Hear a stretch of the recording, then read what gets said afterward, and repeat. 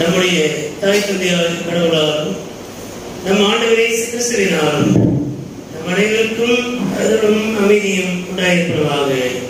ஆமென். கண்களை மூடி ஆண்டவரை நோக்கி வேண்டிக் கொள்வோம். எல்லாருக்கும் ஆசீர்வாதத்துக்கும் ஊற்றாயிருக்கிற அன்பின் நல்ல கடவுளே, தாயும் தந்தையுமானவரே, இந்த அருமையான புதிய வாரத்தின் முதல் நாளுக்காக நன்றி படைக்கிறோம். உடைய மக்களாகி நாங்கள் கூடி வந்து உங்களை தொழுது கொள்ள ஆண்டவர்களுக்கு பாராட்டியிருக்கிற தயவுக்காக இறங்குகளுக்காக நன்றி படைக்கிறோம். இப்பொழுது நம்முடைய வார்த்தையை கேட்க என்னுடைய உள்ளத்தையும் செவிகளையும் உடைய கருத்தை ஒப்புவிக்கிறோம். ஆவியானவர் வழியாக மறைபொருளை விளங்கிக் கொள்ள அருள் செய்கிறார்கள். நீர் பேசும் நாங்கள் கேட்கிறோம். இயேசுவின் வழி வேண்டுதல் செய்கிறோம். அன்பின் நல்ல கடவுளே, ஆமென்.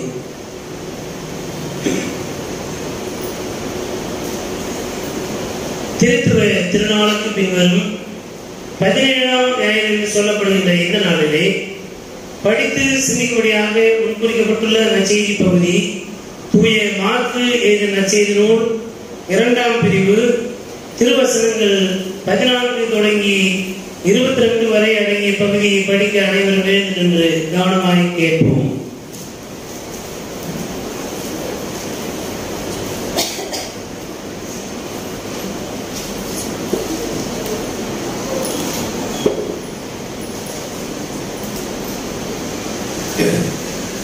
தூய மார்க்கு எழுதிய நற்செய்தி நூல் 2ஆம் பிரிவு திருவசனங்கள் 14 தொடங்கி 22 வரை அடங்கிய பகுதி 13ஆம் திருவசனத்திலிருந்து நான் படிக்கிறேன்.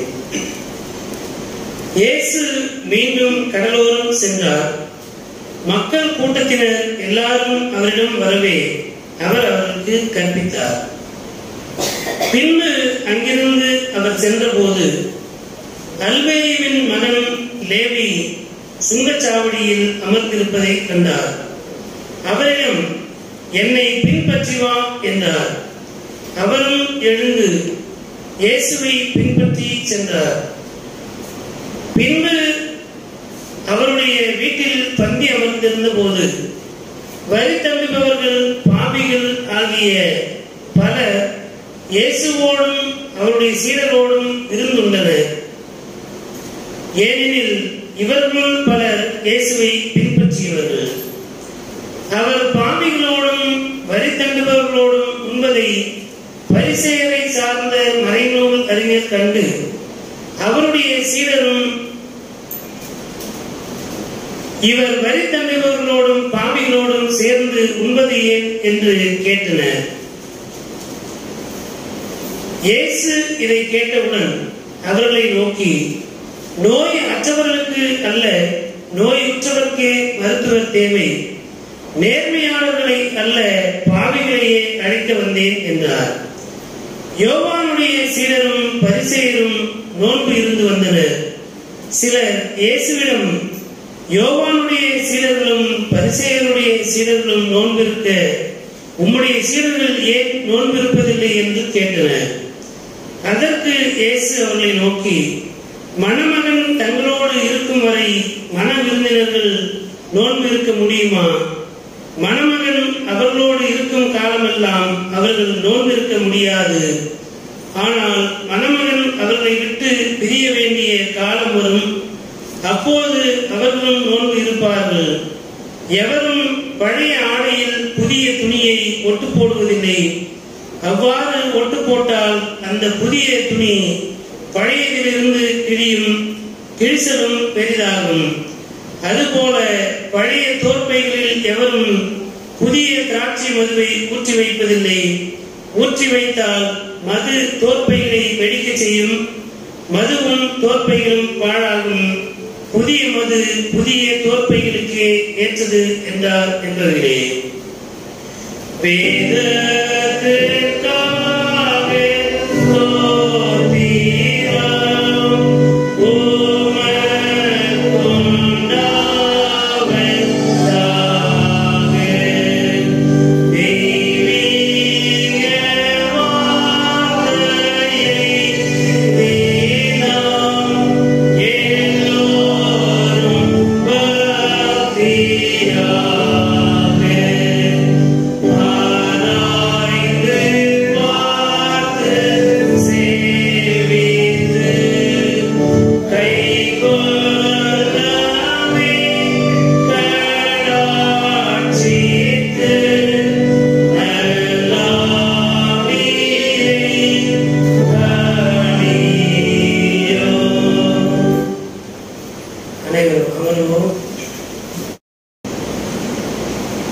திருத்துவ திருநாளுக்கு பின்வரும் 17ஆம் ஞாயிறு சொல்லப்படுகிற இந்த நாளிலே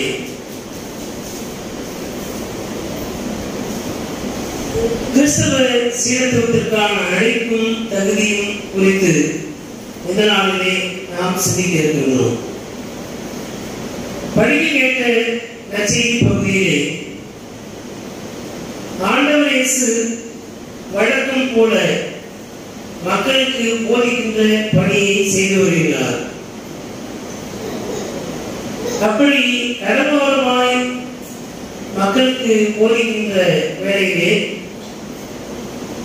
அந்த போதனை நேரத்தை முடித்துவிட்டு இயேசு கடற்கரையிலிருந்து ஊரை நோக்கி நகர்ந்து வருகிறார். கடற்கரை என்பது என்ன? கடற்கரைனா உங்களுக்கு என்ன தோணும்?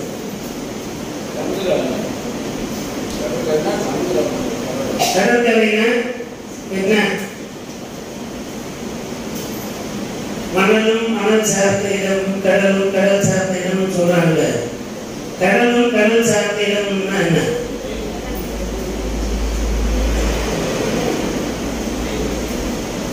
கடலும் கடற்கரையும் சார்ந்து ஏதாவது சொல்லுங்க.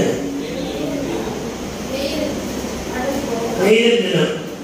ரைட். அங்க என்னதான் நடக்கும்? மீன் பிடித்தல் நடக்கும். அப்புறம் வேற உப்பு வியாபாரம் நடக்கும். சொல்லுங்க.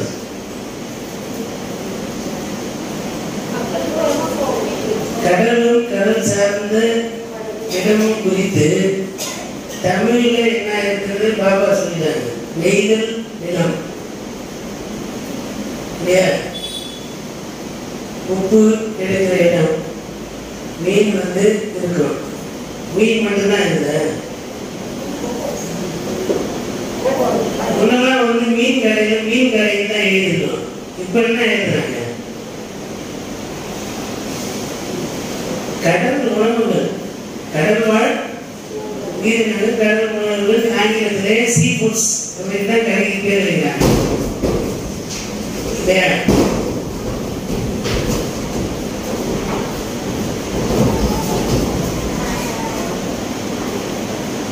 கடலும் கடல் சார் நிலமும் அப்படின்னு வரும்போது இவ்வளவுதான் நமக்கு தெரியுமா அப்படின்னு ஒரு கேள்வியோட ஆரம்பிக்கும். சரிங்களா? வாஸ்கோ ட காமான்னு ஒரு மனிதனை பத்தி படிக்கிற வரலாற்றுல என்ன படிக்கிறான்? கடல் வழியாக இந்தியாவை கண்டுபிடிச்சாரு அப்படின்னு சொல்லுவோம். அது அமெரிக்காவில் படிக்க வேண்டிய பாடம். இந்தியா இருக்கிற இடத்துல தான் இருக்குது. வாஸ்கோ ட காமா இந்தியாவை அடைந்தார். கண்டுபிடித்த அந்த வார்த்தையை முதல்ல தப்பு. அடைந்தார். இந்தியா என்ற நாட்டை அமெரிக்காவிலிருந்து வாஸ்கோ ட காமா என்ற மனிதன் என்ன பண்ணாங்க? என்னவா கடல் சார்ந்து நடந்திருக்குது அப்படின்னு பார்த்தோம்னா, ஆங்கிலேயர்கள் இங்க வந்தாங்க. இங்கிலாந்து என்கின்ற நாடு சொல்றாங்க. இங்கிலாந்து என்பது இங்கே சொல்றா ஒரு கண்டம் தான். ஏன்னா அது ஒரு தீவு நாடு, அது ஒரு குட்டி கண்டம்.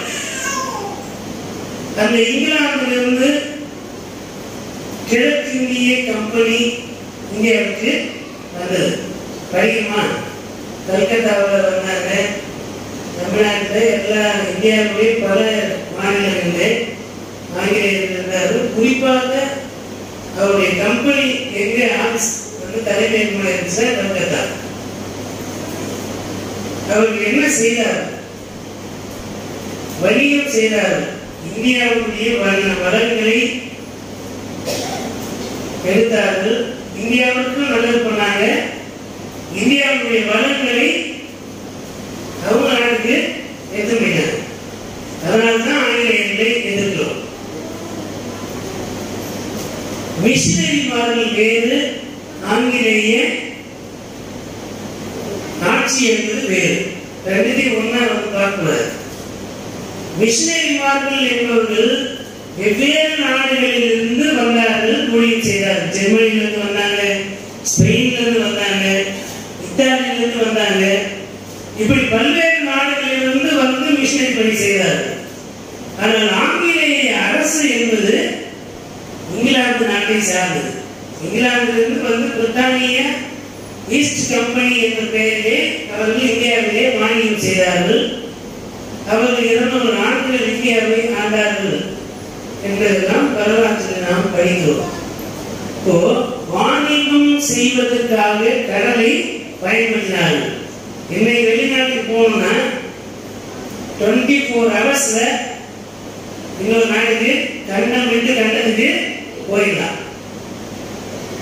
டிராவலிங் டைம் வந்து அவ்வளவுதான். இடையில ஒரு நாட்டில் போய் 3 மணி நேரம் 4 மணி நேரம் ரெஸ்ட் போடுவாங்க. இந்த ஃபிளைட்ல இருந்து அந்த ஃபிளைட் மாற்றுறது போர்டிங் லாட்சிங் டைம்னு ஒரு டைம் ஒதுக்கி 3 மணி நேரம் 4 மணி நேரம் ஒரு இடத்துல தங்கியிருப்பாங்க. அதன் பிறகு அந்த நாட்டுக்கு இன்னொரு நாட்டுக்கு ஃபிளைட்ல போவாங்க. ஆனால் 24 மணி நேரத்துல தொடர்ந்து பயணம் செய்தால் இங்கிருந்து அமெரிக்காவுக்கு போயிடலாம். இப்படிப்பட்ட காலங்களே இருக்கிறோம். ஆனால் அன்றைய காலகட்டத்திலே கப்பல் வழியாக தான் ஒரு நாட்டில் இருந்து இன்னொரு நாட்டுக்கு போக முடியும். ஒரு கண்டம் விட்டு இன்னொரு கண்டம் போனா கப்பல் வழியாக தான் போக முடியும். நாடு விட்டு நாடு போனா அப்படியே நாடு வழியாக போகலாம். ஆப்கானிஸ்தான் வந்து பாகிஸ்தான் வரலாம், பாகிஸ்தான் வந்து இந்தியாவுக்கு வந்துடலாம். இந்த பக்கம் பர்மா, சீனா இப்படி பக்கத்து நாட்டிலிருந்து வரலாம். கடற்கரை என்பது வாணிபம் செய்வதற்கான இடமாக இருந்தது. நேவி, கடற்படை அப்படின்னு சொல்றேன். இந்த கடற்கரை பகுதிகளிலே போனீங்கன்னா இந்த நாடும் இந்த அரசாங்கமும் இயங்குவதற்கு என்னென்ன துறையெல்லாம் இருக்குதோ அத்தனை துறை அலுவலர்களும் இந்த கடற்கரையில இருக்கும். இப்ப வந்து பார்த்தோம்னா ஏர்ஃபோர்ஸ், இதுக்கு வந்து விமான நிலையம், ஏரோட்ராம் பக்கத்தில் போனீங்கன்னா எல்லா அலுவலகங்களும் இருக்கும். Commercial, customs office, income tax office, எல்லா விதமான அலுவலகங்களும் இந்த வெளிநாட்டு பன்னாட்டு விமான நிலையம் என்று சொல்லப்படுகிற இடத்தை சுற்றி எல்லா அலுவலகங்களும் இருக்கும்.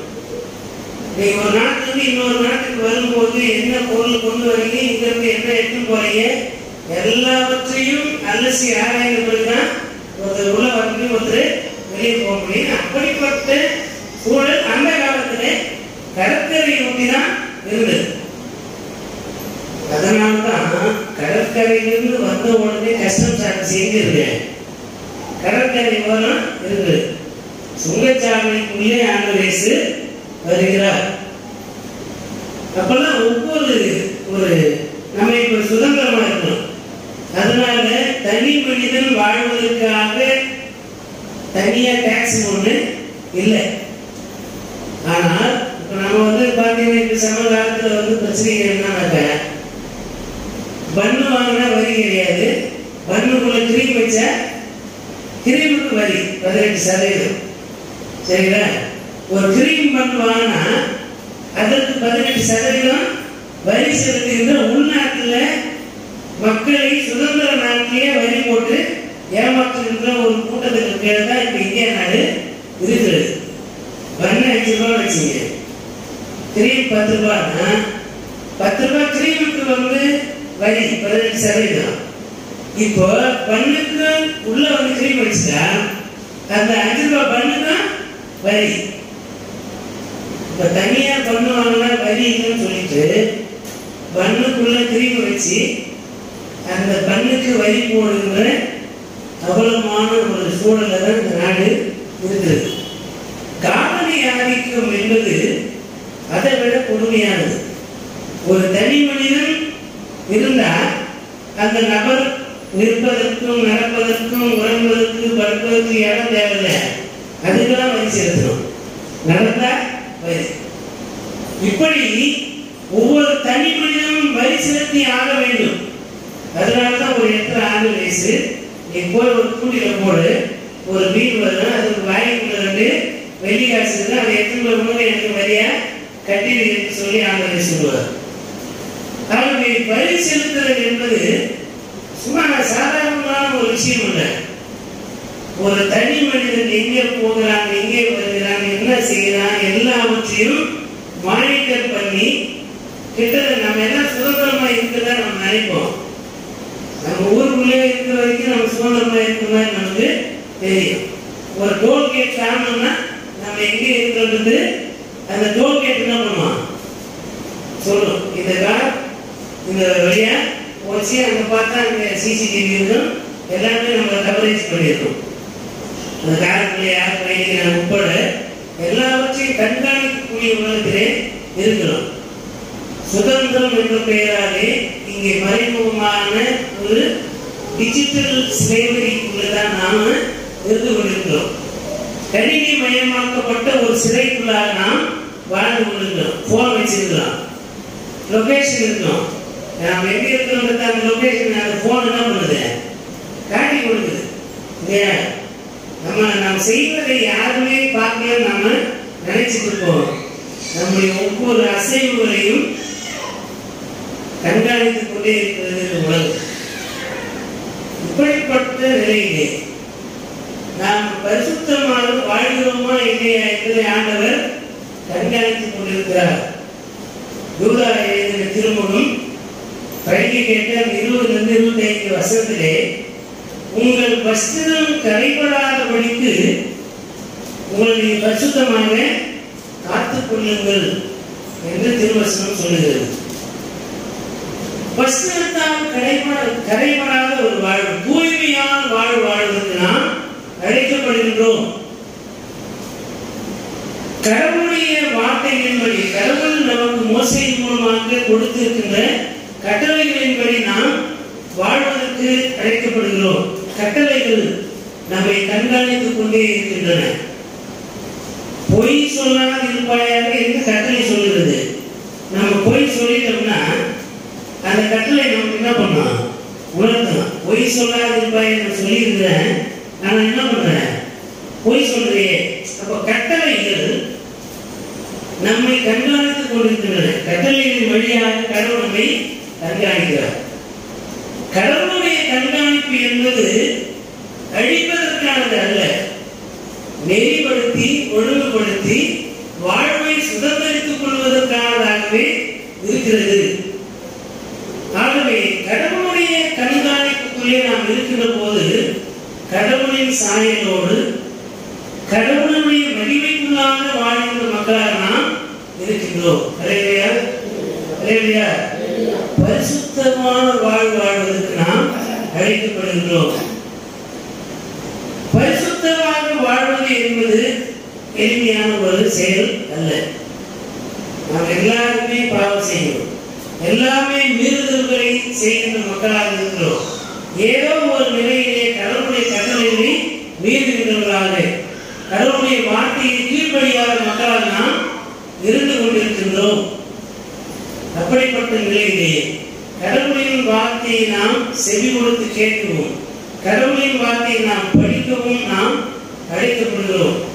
கடவுளின் வார்த்தையை படித்து கடவுளின் கட்டளைகளை நாம் கேட்டு அதன்படி வாழ்கின்ற போது நாம் கரைபடாத வாழ்கின்ற மக்களாக இருக்கின்றோம்.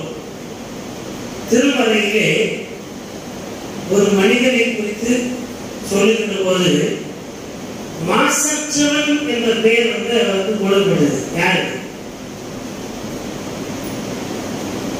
பழைய ஏற்பாட்டில் மாசற்றவன் என்கின்ற வார்த்தை ஒரே ஒரு நபருக்கு தான் சொல்லப்படுது.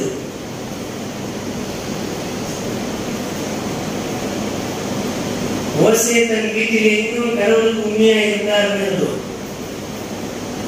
ஆபிரகாமை பார்த்து நீ எனக்கு முன்பாக உத்தமனாயிரு என்று சொல்லி உத்தமனாக அவரு இருந்தாங்க. அப்ப உத்தமமாக வாழ்வது என்பது என்ன, உண்மையாக வாழ்வது என்ன, மாசற்றவனாக வாழ்வது என்பது என்ன? மாசற்றவன் வார்த்தை யாருக்கு சொல்ல முடியும்? சொல்லுங்க.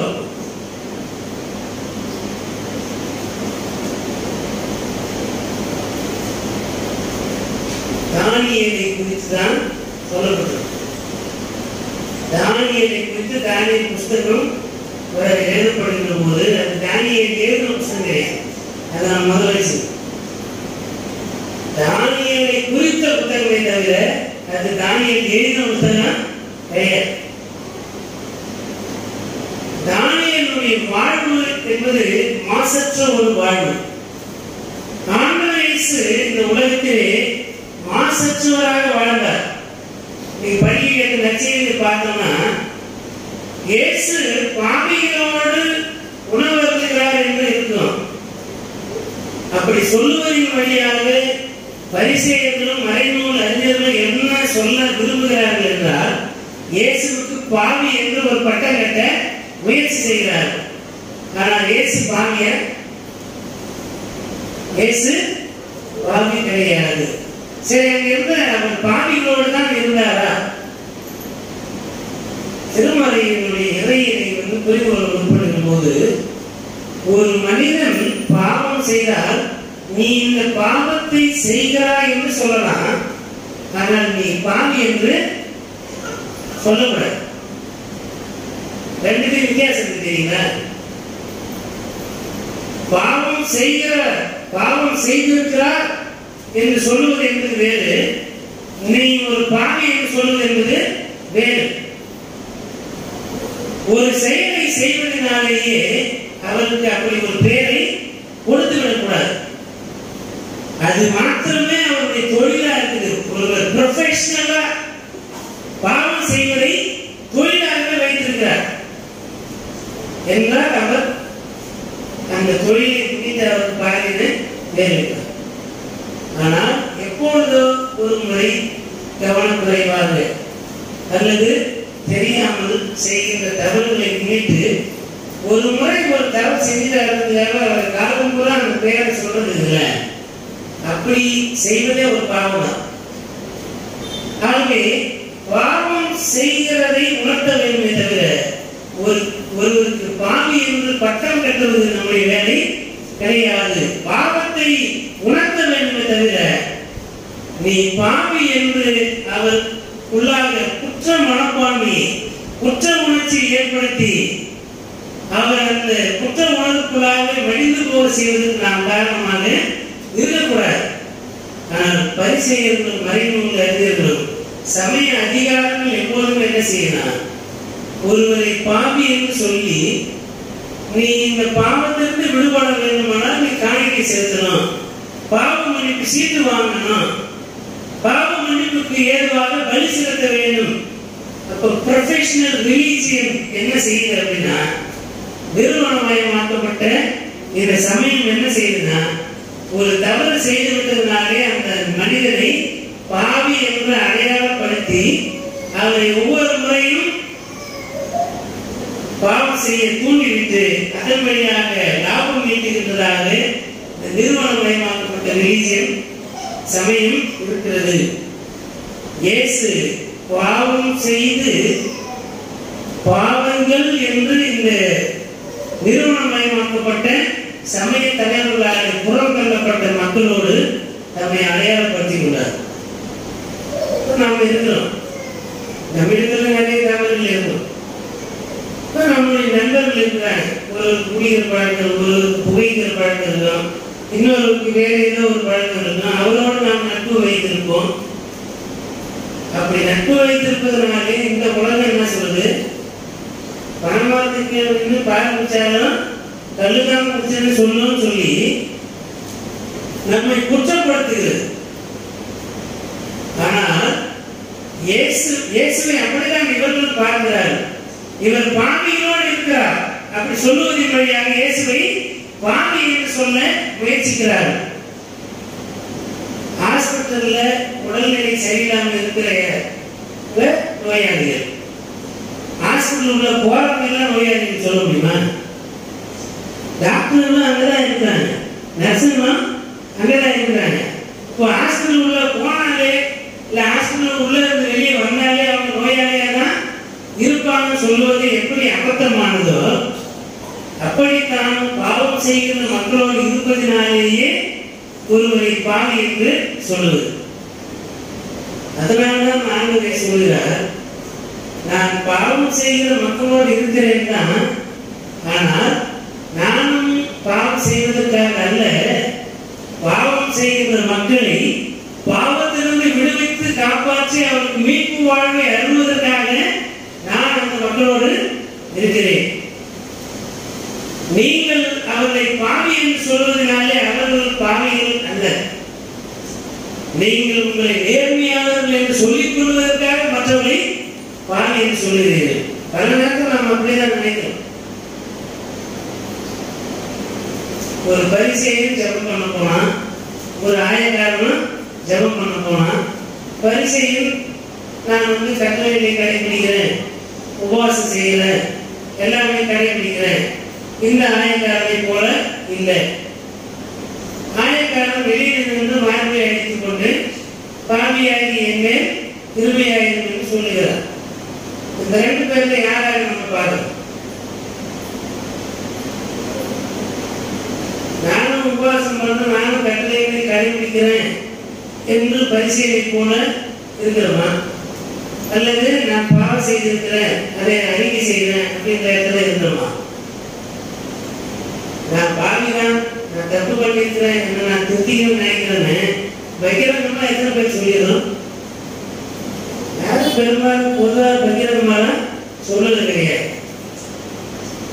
சரி, பரிசேயனை போல கட்டளைகளை கடைபிடித்து ஒழுக்கமா இருக்கிறேன் அப்படி சொல்லுவதனாலே நான் உபவாசத்துக்கு நானும் கட்டளைகளை கடைபிடிக்கிறதுக்கு தான் நம்ம எல்லாம் பரிசேயன் ஆயிடுமா? பரிசேயன் பண்ண தப்பு என்னன்னா, இந்த ஆயக்காரனை போல நான் இல்லை, அதனால உண்மை கூறுகிறேன்னு சொன்னான். பல நேரத்திலே இந்த செயலை நாம் செய்கிறோம். எனக்குள்ளே நான் எப்போதெல்லாம் ஆயக்காரனை போல இருக்கிறேன், எனக்குள்ளே எப்போதெல்லாம் நான் பரிசேயனாக இருக்கிறேன், மற்றவர்களை குற்றப்படுத்தி என்னை நான் நீதிமானாக காண்பிக்கின்ற போதெல்லாம் அந்த பரிசேய மனப்பான்மை எனக்குள்ளே வருகிறது, குற்றப்படுத்துகின்ற மனப்பான்மை எனக்குள்ளே வந்து விடுகிறது. அதை நாம் செய்யக்கூடாது. நாம் செய்ய வேண்டியது ஆண்டவருடைய சமூகத்தில் ஆண்டவரே, நான் இன்றைக்கு இந்த பாவத்தை செய்திருக்கிறேன், இதிலிருந்து நான் மனம் திரும்புவதற்கும் நீர் அருகின்ற மீட்பை சுதந்திரமாக்கிக் கொள்வதற்கு எனக்கு உதவி செய்யுங்க. இப்ப மனம் திரும்புவதின் மனப்பான்மை, குற்றப்படுத்தும் மனப்பான்மை, மனம் திரும்புவதின் மனப்பான்மை, இது ரெண்டுத்திலே ரெண்டு குணமும் நம்மகிட்ட இருக்கும். ரெண்டு குணமும் நம்மகிட்ட இருக்கும். நான் எதை வளர்த்துக் கொள்ள வேண்டுமானால் என்னுடைய பாவங்களை அறிக்கை செய்து விட்டு விடுகின்றவனாக நான் இருக்க வேண்டும். குற்ற உணர்வோடு பாவம் செய்துவிட்டு கடவுளை அணுக முடியாமல் இருக்கின்ற மக்களை ஆண்டவர் இயேசுவுடைய விலையேற பெற்ற ரத்தத்தினாலே நீங்களும் மீட்கப்பட்டிருக்கிறீர்கள், அந்த மீட்பை சுதந்திரமாக்கிக் கொள்ளுங்கள், இனி பாவம் செய்யாதீர்கள் என்று சொல்லி நற்செய்தி அறிவிப்பதற்கு தான் நாம் அழைக்கப்படுகின்றோம். அன்றைய ரோம காலனி ஆதிக்கத்திலே சுங்க வரி வசூலித்து யூத மக்களுக்கு எதிராக தேவி இருக்கிறார் என்பதனாலே அவரை பாவி என்று சொல்கிறார். யாரெல்லாம் தன்னுடைய இனத்திற்கு உண்மையா இல்லையோ அவர்களை எல்லாம் அவர்கள் பாவி என்று சொன்னார். ஆனால் ஆண்டவர் இயேசு தேவியை அழைத்து மனிதர்களை விடுதலையாக்குகின்ற அடிமைப்படுத்தும் காலனிய ஆதிக்க அரசுடைய பணியாளராக இருந்த தேவியை ஆண்டவர் அழைத்து விடுதலையாக்கும் பணிக்கென்று அனுப்பிவிடுகிறார். தேவியை பற்றி பைபிள்ல எவ்வளவு எழுதியது தெரியுமா? தேவியை பற்றி வேற எங்கேயாவது எழுதியிருக்காங்க?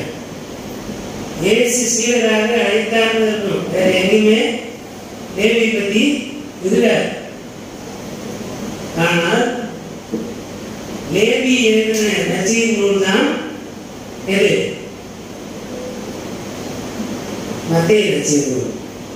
மத்தேயு என்பது யார் அப்படின்னா லேவியுடைய இன்னொரு பேர்.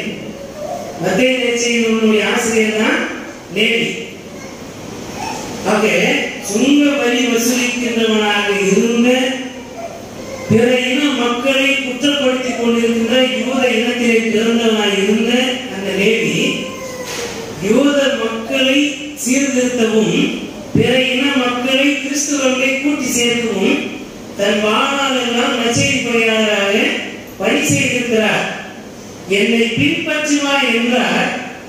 தான் செய்து கொண்டிருந்த அந்த அரசு அதிகாரத்தை விட்டுவிட்டு அப்படியே போய் ஒன்றுமில்லாமல் நாடோடியாக அலைந்து திரிகின்ற இயேசுவின் இயக்கத்தை தன்னை சீரனாக ஒப்புவித்துக் கொண்டார். இப்போ அழைத்த உடனே வருதல் என்பது எப்போது நடக்கும் அப்படின்னா, சில நேரங்களில் ஒரு இயக்கத்துக்குள்ளே நம்ம உள்ள போறதுக்கு யாராவது அந்த இயக்கத்துக்குள்ள இருக்கிறோம் நம்மளை கூப்பிட்டா நம்ம போலாம். நம்ம போனாக்க நம்மளை ஏற்றுக்குவாங்க என்கிற ஒரு எண்ணம் மனசுக்குள்ளே ஒரு சுய மரியாதை கொஞ்சம் நிரந்தரமாக இருந்து கொண்டே இருக்கும். அப்படிப்பட்ட நிலையிலே தனக்குள்ளாக தன்னை விடுவிப்பதற்கும் தன்னை மீட்பதற்கும் ஒரு மெசியா தேவை என்று எதிர்பார்த்து கொண்டிருந்த லேவியை ஆண்டவர் இயேசு சந்தித்து என்னை பின்பற்றுவா என்றார். உடனே எல்லாவற்றையும் விட்டுவிட்டு லேவி இயேசுவுக்கு பின் சென்றார். எதுக்காக கூப்பிடுறாருன்னா அவருக்கு தெரியாது. நீ பின்னால வந்துட்டார். அப்ப இயேசுவை பற்றி முன்பே அறிந்திருக்க வேண்டும். இயேசுடைய நோக்கம் என்ன என்பது அவரை அறிந்திருக்க வேண்டும். இயேசுவை போல ஒரு விடுதலையாக தனக்கு வேண்டும் என்ற எதிர்பார்ப்பு அவருக்குள்ளே இருந்திருக்க வேண்டும்.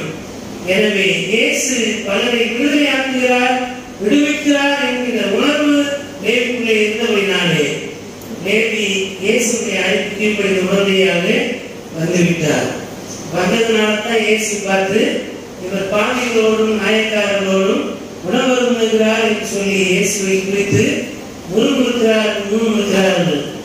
இயேசு ஒரே வரையில் சொல்கிறார், தங்களை தாங்களே நீதிமான்கள் என்று எண்ணிக்கொள்கிறவர்களே அல்ல, பாவிகள் என்று தங்களை உணர்ந்து என்னை விடுவிப்பதற்கு யாராவது வருவார்களா என்று எதிர்நோக்கி இருக்கிற மக்களுக்காக தான் இந்த உலகத்திலே வந்திருக்கிறேன். நோய் அற்றவர்களுக்கு அல்ல, நோய் உள்ளவர்களுக்கு தான் நான் சுகமளிப்பதற்காக இந்த உலகத்திலே வந்திருக்கிறேன். ஒரு இடத்துல போனோம்னா நிறைய மருத்துவமனைகள் இருக்கும், வெவ்வேறு விதமான மருத்துவமனைகள் இருக்கும்.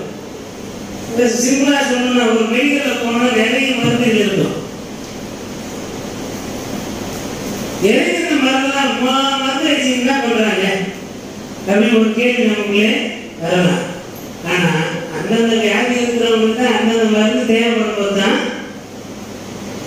இந்த மருந்து கடை இருக்கு. இந்த கடைக்கு போனா எல்லா மருந்தும் அங்கே இருக்கும். எந்த மருந்து கிடைக்கும் வெறும் பேராசிட்டமால் வச்சு வித்து நிற்பாங்க. 24 மணி நேரம் வெறும் பேராசிட்டமால் விற்கிறதுக்கே ஒரு மருந்து கடை வச்சுக்க மாட்டாங்க. எல்லா நோய்களுக்கும் எங்கே மருந்து இருக்கிறதோ அங்கே தான் எல்லா மக்களும் போவாங்க. எல்லாருக்கும் எல்லா நோயும் இருக்க வேண்டிய அவசியம் இல்லை. எனக்கு எந்த நோயும் இல்லை என்பதனால வெளியிலே இருக்கக்கூடாது நினைக்கலாமா? அப்போ நோய் உற்றிருக்கிறவர்களுக்கு தான் அதிலிருந்து வெளிவருவதற்கு மருத்துவர் கிடைப்பாரா என்ற எதிர்பார்ப்பு இருக்கும். அப்படிப்பட்ட மக்களுக்காக தான் இயேசு உலகத்திலே வந்தார்.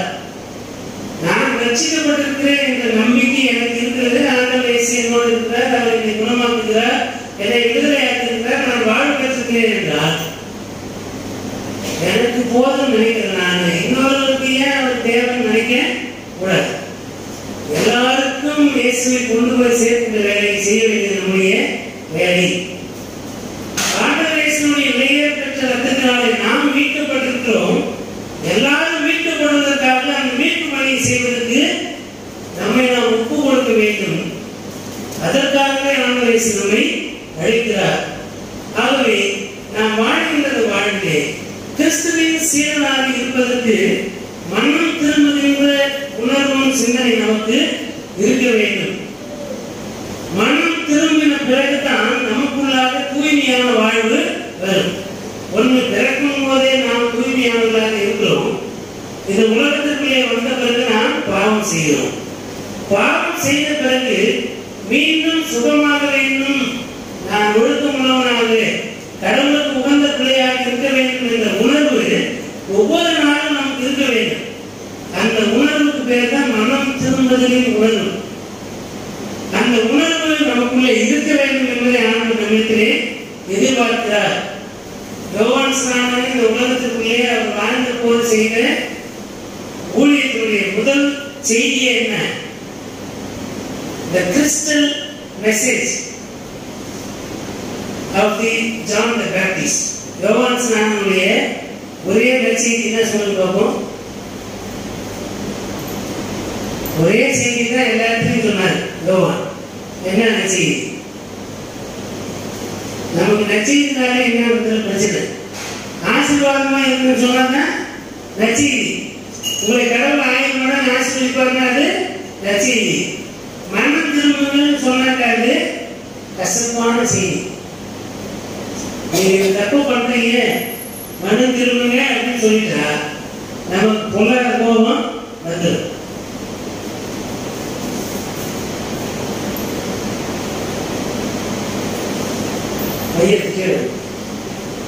மனம் திரும்புன்னு சொல்லிட்டா நமக்கு பொல்லாத கோபம் வந்துடும்.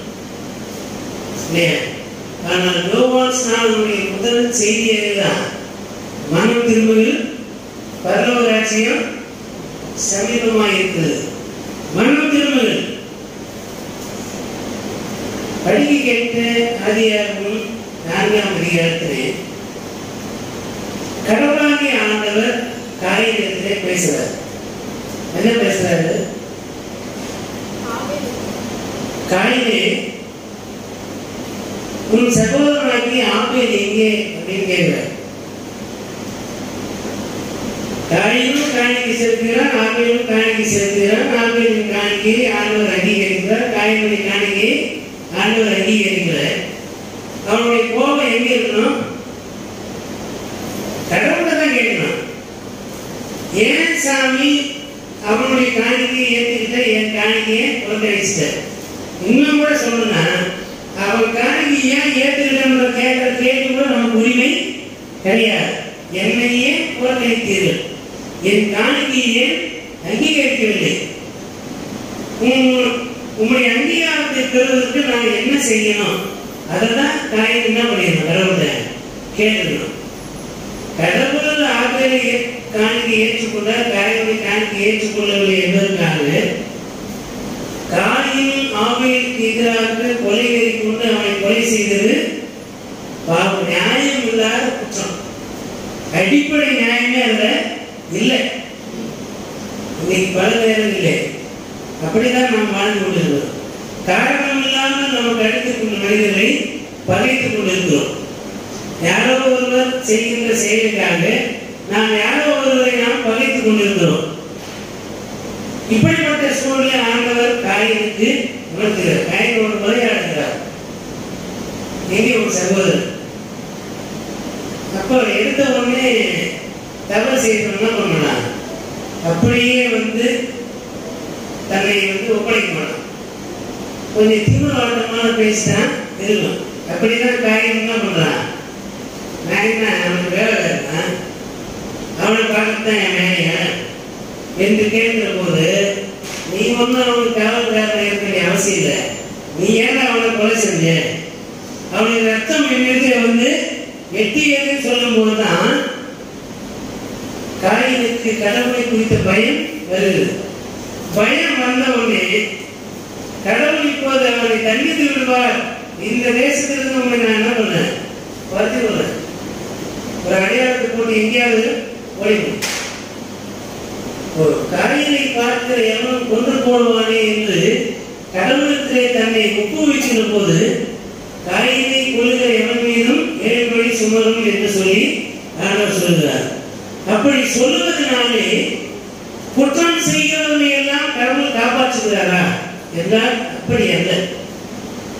மனம் திரும்புகிறவர்களை ஆண்டவர் மீட்கிறார்.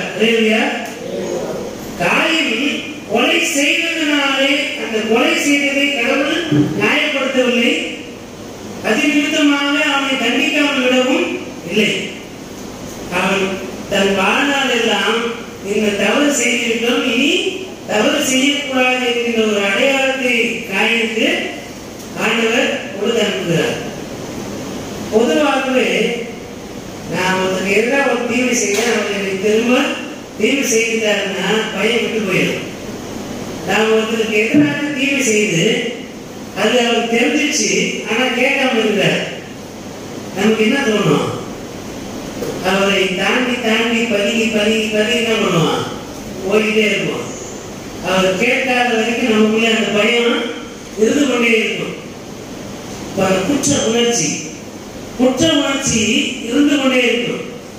கடவுள் அவனுக்குள்ளே ஒரு அடையாளத்தை போட்டால் அவன் தன் வாழ்நாள் எல்லாம் இனி தவறு செய்யக்கூடாது என்ற உணர்வு அவனுக்கு இருந்துகிட்டே இருக்கு. கடவுளை பார்த்து கொண்டே இருக்கிறார் என்ற பயம் அவனுக்குள்ளே இருக்கும். அதே வேளை அவனை மன்னித்திருக்கிறார் என்ற உணர்வு அவனுக்கு இருக்கும். ஒருவரை நான் தவறு செய்தேன், கடவுள் என்னை மன்னித்திருக்கிறார், இனி நான் பாவம் செய்யக்கூடாது என்பதற்காக எனக்கு ஒரு அடையாளத்தை கொடுத்திருக்கிறார் என்ற உணர்வு இருக்கு. கடவுளுடைய இரக்கம் மனம் திரும்புவதற்கு உரியது. குற்றம் செய்கிறதுனாலே அல்ல, மனம் திரும்புவதனாலே கடவுளை மன்னிப்பை நாம் பெற்றுக் கொள்கிறோம். என திறமையானது. நாம் பழைய ஆளுமை, பழைய மனித சுபாவங்களோட, பழைய பாவங்களோட போய் கடவுளோடு இணைந்து வாழ முடியாது.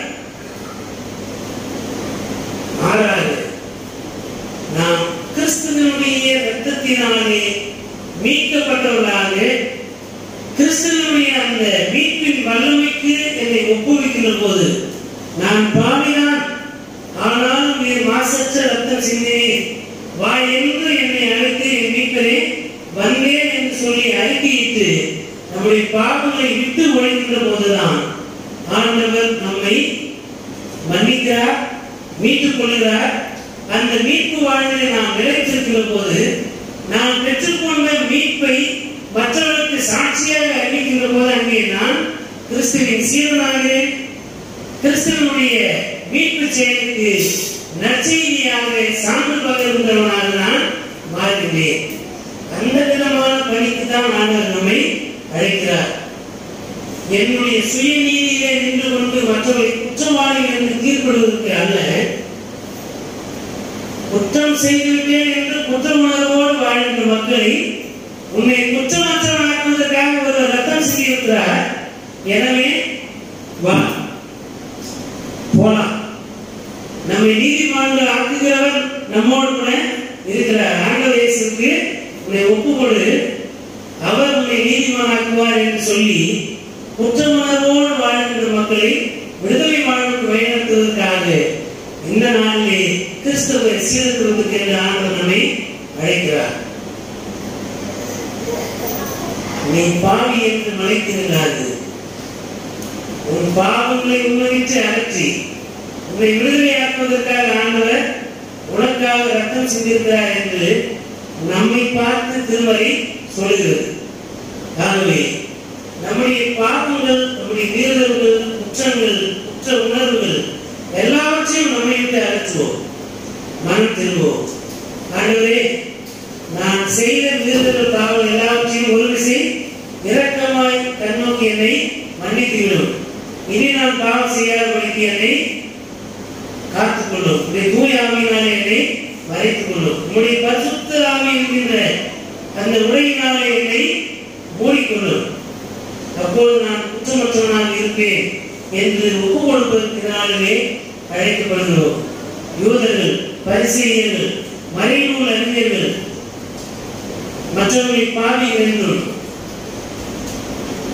வரித்தவர்கள் அவர்கள் புரியாத வேலையை செய்தாலே அவர்கள் பாவிகள். ஆனால் கடவுள் நம்மை மீட்பு வாழ்வு என்று அழைக்கிறார். என்னை நான் நீதிமானாக காட்டுவதற்கல்ல, மற்றவர்களையும் நீதிமான்களாக்குவதற்கு, நீதியுள்ள கடவுளுக்கு அழைத்துக் கொண்டு வருவதற்கான ஊழியனாக என்னை ஒப்புவிக்கிறேன் ஆண்டவரே என்று சொல்லி நம்மை நாம் ஒப்புவிப்போம். மனம் திரும்ப விரும்பாத 99 நீதிமன்றங்களை குறித்து அல்ல, மனம் திரும்ப விரும்புகிற ஒரே பாவி நிமித்தம் பரலோக ராஜ்யத்திலே மகிழ்ச்சி உண்டாயிருக்கும் என்று சொல்லி லூக்கா நற்செய்தியில் 15ஆம் அதிகாரத்திலே படிக்கின்ற விதமாக இன்றைக்கு இந்த வீட்டுக்கு ரட்சிப்பு வந்தது, இவனும் ஆபிரகாமின் மகனாக இருக்கிறானே என்று செகேயை பார்த்து சொல்கின்ற ஆண்டவர் இன்றைக்கு நம்மை அழைக்கிறார். சிலுவை நிழலுக்குள்ளாக தஞ்சம் புகுவதற்கு இந்த நாளிலே நம்மை நாம் ஒப்பு கொடுப்போம். லேவி என்னை பின்பற்றி வா என்று அழைத்த போது ஆண்டவர் இயேசு லேவி இயேசுக்கு பின்னால் உடன் சென்றது போல இன்றைக்காக நம்மை அழைக்கிறார். நீ வா, என் பின்னால் வா, என்னோடு கூட இருப்பதற்கு வா என்று ஆண்டவர் நம்மை அழைக்கின்ற போது இந்த உலகத்தின் ஆசைகள் நிச்சயங்கள் எல்லாவற்றையும் விட்டுவிட்டு கிறிஸ்துவின் சாயலை அணிந்து கொள்வதற்கு கடவுளின் பிள்ளைகள் என்கிற உரிமையை மீண்டுருவாக்க செய்து கொள்வதற்கு நம்முடைய பழைய மனிதனை கலைந்து போட்டு புதிய மனிதனை தரித்துக் கொள்வதற்கு நாம் நம்மை ஒப்புக் கொடுக்கிற நாளிலே அழைக்கப்படுகிறோம். திருச்சட்டமா கடவுளின் அருளா? சட்டத்தை வைத்து மக்களை ஒடுக்குகின்ற சமயத்தை பின்பற்றுவதற்கு அல்ல, எல்லோரையும் விடுதலையாக்குகின்ற கிறிஸ்துவின் மீட்பு இயக்கத்திற்குள்ளாக எல்லோரையும் அழைப்பதற்காக நாம் அழைக்கப்படுகிறோம். புது ரசம், புதிய குருதி, புதிய கோர்ப்பை இவைகள் எல்லாமே கிறிஸ்துவை மையப்படுத்துகிறது. மனிதர்கள் சொல்லுகின்ற விதமாக அல்ல. அதிகாரத்தை கைப்பற்றுவதற்காக நாம் கடவுளுடைய வார்த்தையை அபத்தமாக பயன்படுத்துகிறோம். புது ரசம், புது குருதி என்றெல்லாம் சொல்லிக் கொண்டிருப்பார்கள். புது ரசம், புது குருதி எல்லாமே இயேசுதான். இயேசுடைய கொள்கைகளையும் கோட்பாடுகளையும் கடைபிடிக்காதவர் புது ரசமாகவோ புது துருதியாகவோ இருக்க முடியாது. கிறிஸ்துவனுடைய மீட்பு செயலுக்குள்ளாக தன்னை ஒப்புவித்து கிறிஸ்துவின் ரத்தத்தினாலே நான் மீட்கப்பட்டிருக்கிறேன் என்று உணர்ந்து புதிய ஆளுமையை தரித்துக் கொள்வதற்கு நாம் அழைக்கப்படுகிறோம்.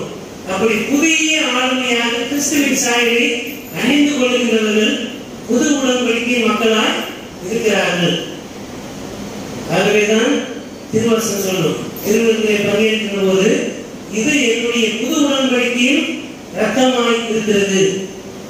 ஆகவே இந்த விருதிலே நீங்கள் பங்கேற்கின்ற போது புதிய ஆளுமை உடையவராக இருக்க வேண்டும் என்பதையே ஆண்டவர் விரும்புகிறார். இந்த சிந்தனை பெற்றுள்ளவர்களாக நம்மை நாம் ஆண்டவத்திலே ஒப்புக் கொடுப்போம். ஏதோ திருச்சபையிலே அரசியல் அதிகாரத்தை பெற்றுக் கொள்வதற்காக சொல்லப்படுகின்ற வாசகங்கள் அல்ல. கிறிஸ்துவை அணிந்து கொள்ள வேண்டும், உண்மையான மனம் திரும்பல் இருக்க வேண்டும், நான் பெற்றுக்கொண்ட மன்னிப்பையும் மீட்பு வாழ்வையும் எல்லோரும் பெற்றுக்கொள்ள வேண்டும், எல்லோரும் வாழ வேண்டும், எல்லோரும் கடவுளின் பிள்ளைகள் என்ற உரிமையை பெற்றுக்கொள்வதற்காக நான் உழைக்க வேண்டும் என்ற தன்னலம் இல்லாத ஒரு வாழ்வதற்கு இந்த நாளிலே ஆண்டவர் நம்மை அழைக்கிறார் என்ற உணர்வோடு நம்மை நாம் ஆண்டவருக்கு ஒப்புக் கொடுப்போம். மனவாளனாகி கிறிஸ்து நம்மோடு இருக்கிறார். நாம் நம்மை பரிசுத்தமாய் காத்துக் கொள்வதற்கு உபவாசத்தினாலும் ஜெபத்தினாலும் நம்மை மேம்படுத்திக் கொள்ள வேண்டும், கரைபடாத வாழ்வு வாழ வேண்டும். அப்படிப்பட்ட பரிசுத்தமான வாழ்வுக்கு சீரத்துவத்திற்கு நம்மை ஆண்டவர் அழைக்கிறார் என்ற உணர்வோடு நம்மை நாம் ஆண்டவருக்கு ஒப்புக் கொடுப்போம். கடவுள் நாமே குற்றமற்ற வாழ்வு வாழ்வதற்கு மீட்பு வாழ்வுக்குள்ளாக நிலை திரும்புவதற்கு நம்முடைய ஆவியானவருடைய நம்மை ஆட்சிப்படுத்தி வழிநடத்தி காப்பாராக. கடவுள் நம்மை ஆசீர்வதித்து காப்பாராக. கண்களை கூடி ஆண்டவரை நோக்கி வேண்டுவோம். எல்லா துதிகளுக்கும் கோத்திரம் பாத்திரம் இருக்கிறாங்க. நல்ல ஆண்டவரே, உடைய அளவற்ற இறக்கத்திற்காக அன்புக்காக கோடான கோடி நன்றிகளை ஏற்படுத்துகிறோம். பழைய மனிதனை கலைந்து போட்டு புதிய மனிதனை தரித்துக் கொள்ள ஆண்டவர் இந்த நாளிலே கற்பித்திருக்கிறேன். அதற்காக நன்றி படைக்கிறோம். பாவம் நிறைந்த பழைய மனிதன், தன்னலமான பழைய மனிதன், சுயநீதி பேசுகின்ற பழைய மனிதனை கலைந்து போட்டு இறை நீதியை நிலைநாட்டுகின்ற குற்றமற்ற வாழ்வு வாழ்கின்ற பரிசுத்தமான வாழ்வு வாழ்கின்ற கரைபடாத வஸ்திரம் அணிந்திருக்கின்ற மனிதர்களாக வாழ்வு வாழ்கின்ற மக்களாக நாம் இருக்கும்படிக்கு நம்முடைய பரிசுத்த ஆவியானுடைய உந்துதல், வழிநடத்துதல், நிலைத்திருப்பு யாவற்றுக்காக நம்முடைய சமூகத்திலே வருகிறோம். நம்முடைய பரிசுத்த ஆவியானே எங்களை வழிநடத்தி எங்களை காத்துக்கொள்ளும். திருமறையின் வார்த்தையை நிலைத்திருக்க ஒவ்வொரு நாளும் தூய ஆவியினுடைய அருட்கொடையினால் எங்களை தாங்கியிருந்ததை கொண்டாடுகிறோம். வந்திருக்கின்ற மக்கள் ஒவ்வொருவரையும் ஆண்டவர் காத்துக்கொள்ளும், பலப்படுத்தும், வழிநடத்தும். கேட்டிருக்கின்ற சத்தியத்தை நாங்கள் நிலைத்திருக்க ஆண்டவர் எங்களுக்கு உதவி செய்கிறார்கள். எல்லா புதிய நம்பிக்கை யாவற்றும் ஒருவருக்கே இருக்கிறோம். எங்கள் ஆண்டவர் மிக்கமாக இயேசு கிறிஸ்துவின் வழியாக வேண்டுதல் செய்கிறோம். அன்பு நிறைந்த நல்ல கடவுளே, ஆமென்.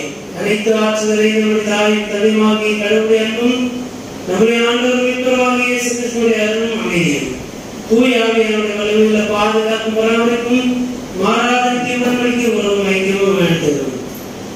இன்று மற்றும் எல்லா காலம் நம்மளும் நீடித்து நிலைத்திருந்து வழித்து காப்பதாக. ஆமென்.